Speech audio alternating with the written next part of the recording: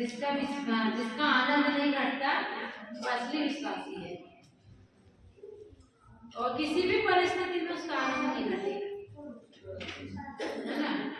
लेकिन अभी तो घटता है कि नहीं घटता, इसका मतलब अभी हम सिद्ध एक विश्वासी नहीं बने।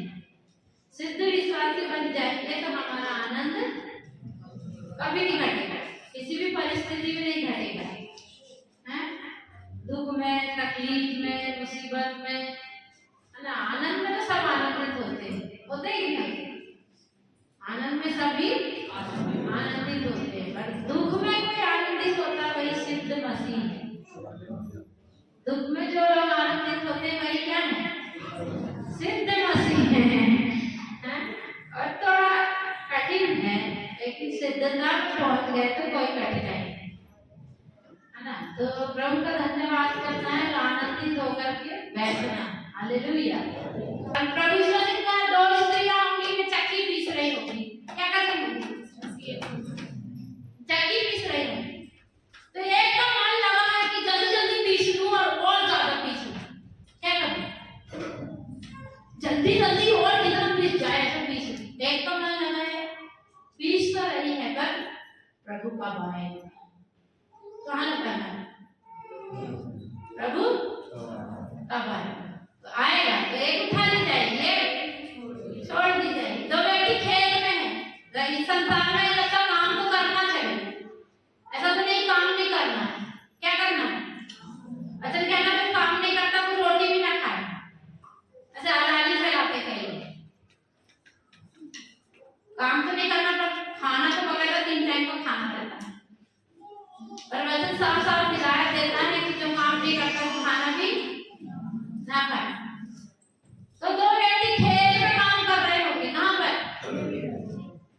तो एक का मन लगा जल्दी जल्दी अच्छा से करूं बिल्कुल, और मैं अच्छी उपज पाऊं बिल्कुल, ये बो रहा हूं, फिर अच्छा उपज मिल जाएगी, फिर मैं बेचूंगा, फिर मैं अमीर आदमी बन जाऊंगा, फिर ट्रैक्टर खरीद लूंगा, फिर मेरे को सब देखेंगे, फिर मैं ट्रैक्टर में जाऊंगा।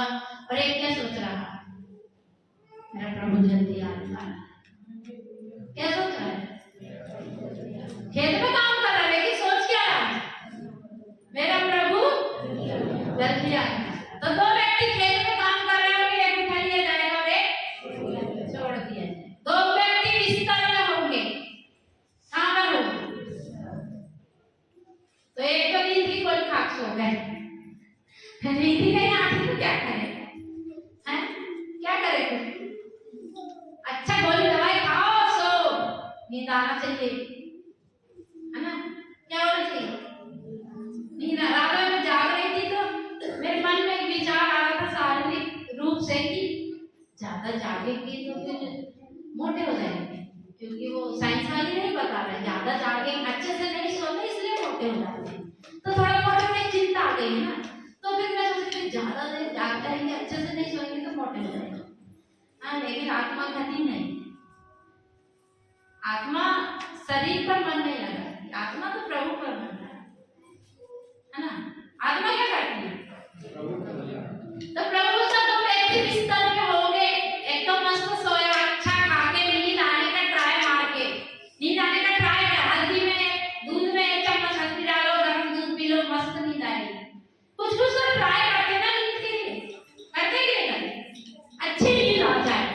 पर एक तो सो रहा, धन्यवाद प्रभु, आप अगर मेरी नींद में भी आ गए तो मुझे ले जाना प्लीज, धन्यवाद करते हुए सो रहा है, क्या कर रहा है ना। लेकिन प्रभु अपने प्रियों को यूं ही नींद दिया करता है, दिखाई नहीं, प्रभु अपने प्रियों को नींद में भी संभालता है। इसलिए दाऊद कहता मैं लेट कर सो गया फिर जाग उठा, क्योंकि अब मुझे, तो मैं लेट कर सो गया फिर क्यों जाग उठा, क्योंकि मुझे यहोवा ने, और मेरी नींद में आ गया तो ले जाएगा कि नहीं, ले जाएगा कि नहीं, हैं? तो मेरा मन कहाँ लगा था, मन कहाँ लगा था, अच्छी नींद आए या फिर मन लगा था कि प्रभु आप मानने मुझे लेके जाना, कहाँ लगा था, प्रभु नहीं ले जाएगा फिर क्या करेगा, क्या करेगा,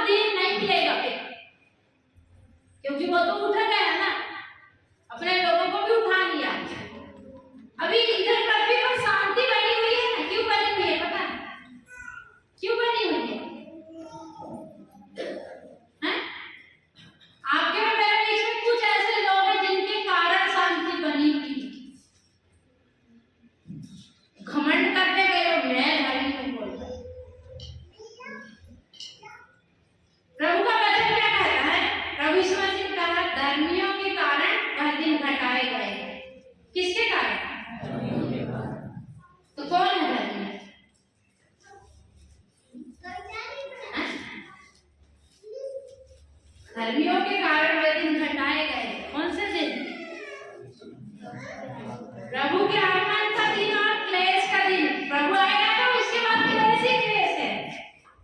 अभी तो प्रभु अपना पवित्र आत्मा यहाँ रखा, अपनी कलीसिया यहाँ रखा, इसलिए क्लेश नहीं आ रहे इतने है क्लेश, लेकिन वो एक्सट्रीम लेवल पर नहीं है कि जो होने वाले हैं ना, आप सोच नहीं सकते अभी क्या होने वाला है।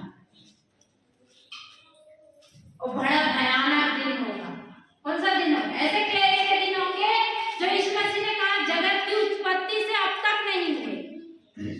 मत्ती 24 में लिखा है, मत्ती 24 के 21 में लिखा है, आपकी भी बाइबल में लिखा है। यीशु मसीह कुछ बातें बता रहा था अपने चेलों को सीक्रेट रूप से, तब वो यह बता रहा था क्योंकि उस समय ऐसा भारी क्लेश होगा जैसे जगत के आरंभ से अब तक, जगत के आरंभ से ना अब तक हुआ और ना कभी होगा। यदि वे दिन घटाए ना जाते तो कोई प्राणी न बचता, परंतु चुने हुओं के कारण दिन घटाए जाएंगे। किसके कारण में दिन घटाए जाएंगे? अब देख लो, आप चुने हुए हो कि सिर्फ बुलाए हुए? मैंने आपको इस विषय में भी प्रचार करके दिया है कि बुलाए हुए तो प्रभु ने हमको बताया, लेकिन चुने हुए अब हमको बनना है। बुलाया तो उसने हम सबको है, पक्षपात कि आपको भी बुलाया, आपको भी बुलाया, आपको भी बुलाया, लेकिन चुने हुए बनना आपकी और मेरी जिम्मेदारी है। चुने हुए को हमको नहीं बनाया, हमको बनना पड़ेगा। कैसे बनते हैं? परिश्रम से। कैसे बनते हैं? आलसी लोग नहीं बनते। आलसी तो आलसी है, तो भूखा मारता है बोलता है। तो चुने हुए बनना है तो परिश्रम करना पड़ता है। क्या करना पड़ता है? हाँ, परिश्रम करना पड़ता है। 9 बजे बुलाए तो 9 बजे आना पड़ेगा। उसके लिए आप रोज 8 बजे उठते हैं तो आपको 6 बजे उठना पड़ेगा, तब तो आप 9 बजे पहुंच सकते हैं। क्या करना पड़ेगा? हार्ड वर्किंग करना पड़ेगा। क्या करना पड़ेगा? कठिन परिश्रम करना पड़ेगा। क्या करना पड़ेगा? कठिन पर हाँ, प्रभु ने आपको बुलाया है। प्रभु यीशु मसीह ने कठिन परिश्रम किया, और क्या वो चाहता है कि तुम कुछ भी ना करो? उसने हमारे उद्धार का काम पूरा कर दिया है, ठीक है, लेकिन अब हमको चुने हुए बनना है। तो पौलुस कहते हैं अपने अपने उद्धार का काम पूरा करो। क्या करो? पढ़ेगा फिलिपियों की पत्री में लिखा है, भाइयों अपने अपने उद्धार का काम क्या करो? पूरा करो। तुमको पूरा करना है, प्रभु ने करेगा। कौन पूरा करेगा? हमको करना। उसने बुलाया, उद्धार दे दिया, पाप क्षमा दे दिया। अब हमारे पाप भी याद नहीं करता। हाँ, जितने पाप हमने बचपन से किया है प्रभु यीशु मसीह याद नहीं करता, सिर्फ शैतान याद जाता है। हाँ, तो पापों की क्षमा मिल गई, उद्धार मिल गया। अब उद्धार का काम पूरा करना किसकी जिम्मेदारी है? हमारी जिम्मेदारी, आपकी और मेरी जिम्मेदारी। तो प्रभु का वचन क्या कह रहा है? उस समय ऐसा भारी क्लेश होगा, वो क्लेश का दिन होगा जब यीशु मसीह अपने दुल्हन को उठा लेगा, जब यीशु मसीह आ जाएगा। कौन सा दिन होगा वो? भारी क्लेश का दिन होगा। कौन सा दिन होगा? आनंद का दिन नहीं होगा, ठीक है। जो उठ गए तो उनके लिए तो आनंद ही आनंद है, जो नहीं उठे तो, जो नहीं उठे उनके लिए कौन सा दिन है? कौन सा दिन है? जो रह गए उनके लिए कौन सा दिन है? भारी क्लेश का दिन होगा। भारी क्लेश समझते हैं? भूखे नंगे भागना पड़ेगा, न जाने वो क्या क्या होगा। हाँ? और ये दिन अभी तक हुआ नहीं बोलता प्रभु, ना जगत के आरंभ से अब तक हुआ और ना कभी होगा। पर वो दिन किस लिए घटाए गए? चुने हुओं के कारण। आपके बीच में बैठे हो सकता है, अगर 70 बैठे हो तो 70 में से 5 ही होंगे, उनके कारण वो दिन अभी रुका है, ठीक है। किनके कारण रुका? तो चुने हुए अलग ही दिखाई देते हैं, अलग ही उनकी चाल होती है।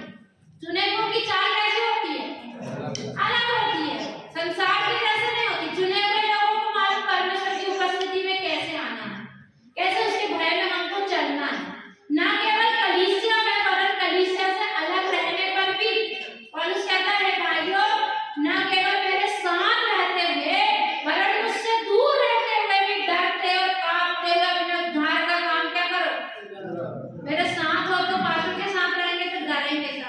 पास्टर के साथ रहेंगे तो लड़ाई झगड़े नहीं करेंगे, करेंगे? पास्टर तो देख रहा है, लड़ेंगे तो क्या बोलेगा बाप? पास्टर के सामने तो चोरी नहीं करेंगे, पास्टर के सामने तो गाली नहीं देंगे, पास्टर के सामने तो गुटखा नहीं खाएंगे, हैं? पास्टर के सामने तो दारू नहीं पिएंगे, हैं? पास्टर के सामने तो व्यभिचार नहीं करेंगे। क्यों?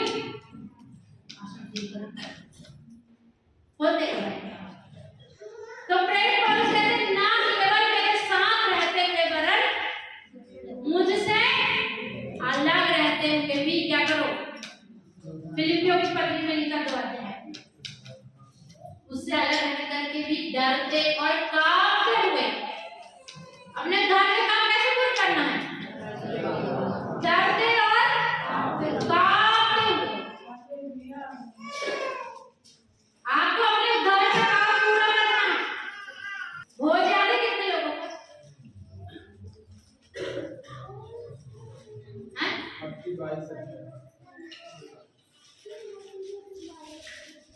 एक गृह स्वामी ने क्या किया? भोज किया। और क्या किया फिर? लोगों को आमंत्रित किया। क्या किया?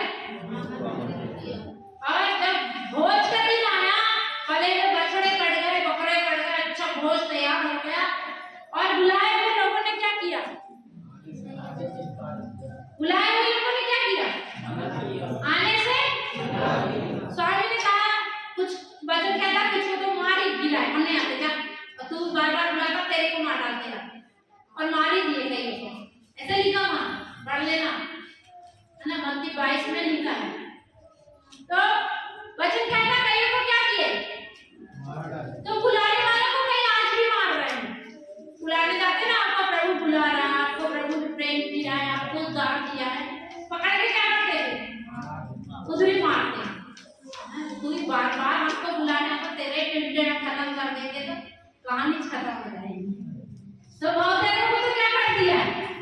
मार दिया। फिर स्वामी ने दूसरे सेवकों को भेजा। किसको भेजा? फिर दूसरे बुलाने के लिए गए तो स्वामी ने कहा कि अब बुलाए हुए नहीं आ रहे तो क्या करो? किसी को भी ले आओ। क्या करो? हम किसी के में ही आते हैं, ठीक है? हम बुलाए हुए नहीं है, बुलाए हुए तो इस्राएली लोग हैं बस, हैं? निमंत्रित लोग कौन थे? फिर प्रभु ने आरती में क्या कहा कि जाओ किसी को भी उठा के लाओ, अंधे बड़े लूले, सड़क में पड़े हुए भिखारी, मरने वाले, नाश होने वाले, किसको भी उठा के लाओ, ले आओ उठा के। अब वहां पर एक सीक्रेट है, पता? वहां के घर में स्वामी ने सब कुछ रखा था उनके लिए। किसके लिए? जिनको बुलाया था उनके लिए, कि तुम इधर पर ना हो तो मस्त तैयार हो शादी के लिए। क्या करो? वहां पर सीक्रेट है, लिखा नहीं है, लेकिन वो ऐसा ही भी कहा था क्योंकि वो स्वर्गराज की बात चल रही है। तो जब प्रभु ने हमको बुलाया तो प्रभु बोलता, ऐसा नहीं बोलता तू साफ होके आना, इधर पर लाकर प्रभु हमको क्या करता है? साफ करता है। एक वस्त्र भी देता पहनने के लिए। कौन सा वस्त्र है? आपके पास है क्या? जिसके पास नहीं वो नंगा है। आज तो अच्छा कपड़ा पहना होगा 2, 3, 4, 500, 1000 का, पर वास्तविकता में वो क्या है? नंगा है, फटरंगा है, फटा पीछे से, सामने से भी फटा है, और उसको तो नहीं दिख रहा, दूसरे को शैतान को तो दिख रहा, सेम करता रहता। तो हमारे पास प्रभु ने पहनने के लिए एक सुंदर वस्त्र दिया है, उसका नाम क्या है? उद्धार का वस्त्र, जो अदम की बगीचा में आदम और हवा के पास था ना, और फल खाने के बाद वो चला गया था तो नंगे हो गए थे, तो दिखने लगे थे नंगे हैं नंगे, तो जाकर छुप गए। छुपे थे कि नहीं छुपे? तो हम नंगे थे, लेकिन हमको जब लाया, नहलाया, धुलाया, कैसे नहलाया? अपने लहू से। कैसे हमें साफ किया है? साबुन से नहीं किया, ठीक है? कोई धोबी की साबुन नहीं, सब्जी का साबुन नहीं, कोई सफेद चीजों साफ करने वाली चीजों से साफ नहीं किया। कैसे साफ किया? अपने लहू से हमें साफ सुथरा करके पहनने के लिए उद्धार का क्या दिया है? वस्त्र भी दिया। फिर जब अब शादी का टाइम आ गया, अब आया गृह स्वामी, देखा सबको अच्छे दिख रहे, सुंदर सुंदर। कैसे दिख रहे? उद्धार का वस्त्र जो पहना सुंदर दिखता है। काला भी होगा तो कैसे दिख रहा है? लंबा है, नाटा है, काला है, मोटा है, ऐसा भी है। उद्धार का वस्त्र पहनना कैसा दिखता है? कैसा दिखता है? सुंदर दिख रहा, सुंदर। प्रभु बोलता है मेरी परम सुंदरी तो कबूतरियों में सबसे सुंदर है। मेरी कबूतरी किसको बोल रहा है? जिसको सुंदर बनाया है। सब बोलते हैं श्रेष्ठ पढ़े, श्रेष्ठ क्या बोलता है? तू मेरी परम सुंदरी है। तो परम सुंदरियों को देखता है, कितना सुंदर दिख रहा है, कितना सुंदर। बीच में एक फटकता सा भी बैठा था नहीं? पढ़ना ठीक है, घर जाके नहीं पढ़े तो आपकी मूर्खता है। आपकी 22 अध्याय में दृष्टांत बीच में कौन बैठा था? फटकता सा। शुद्ध जो प्रभु ने करने तैयार नहीं होना चाहता, आलसी। कौन है वो? कौन है वो? आलसी, आलसी, आलसी। नया धुला दो तो कपड़े नहीं पहनना, क्या नहीं करना? आलसी, आलसी। प्रभु बोलता है मैंने कितने बार ही चाहा तुझे अपने पंखों तले छुपा लूं, पर तू छुपना नहीं चाहता। आलसी है, अपने उद्धार का काम पूरा नहीं कर रहा है। तो वो फटाके से कपड़े पहने तो स्वामी कहता तूने विवाह का वस्त्र क्यों नहीं पहना? मेरी पार्टी का शोभा खराब कर दिया तूने। क्या किया? मेरी पार्टी का क्या किया? आपने अच्छी शादी रखी, पार्टी रखे और कोई आ जाए फटाके से कपड़े पहन के, घर का स्वामी कैसे देखेगा? भले मैंने इतना अच्छा काम किया, इतना अच्छा खाना पीना बनाया, इतना घर साफ किया, इतने मेहमान मेरे सुंदर सुंदर आए हैं, ये भिखारी कैसे आया क्यों मिलता है? गृहस्वामी को क्या आएगा? गुस्सा आएगा, गुस्सा। तो गृहस्वामी कहता तू क्यों विवाह का वस्त्र नहीं पहना? क्या नहीं किया? सजा क्या थी?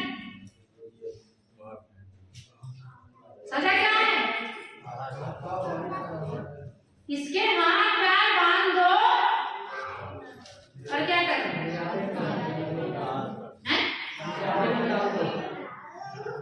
सजा क्या? गलती क्या है?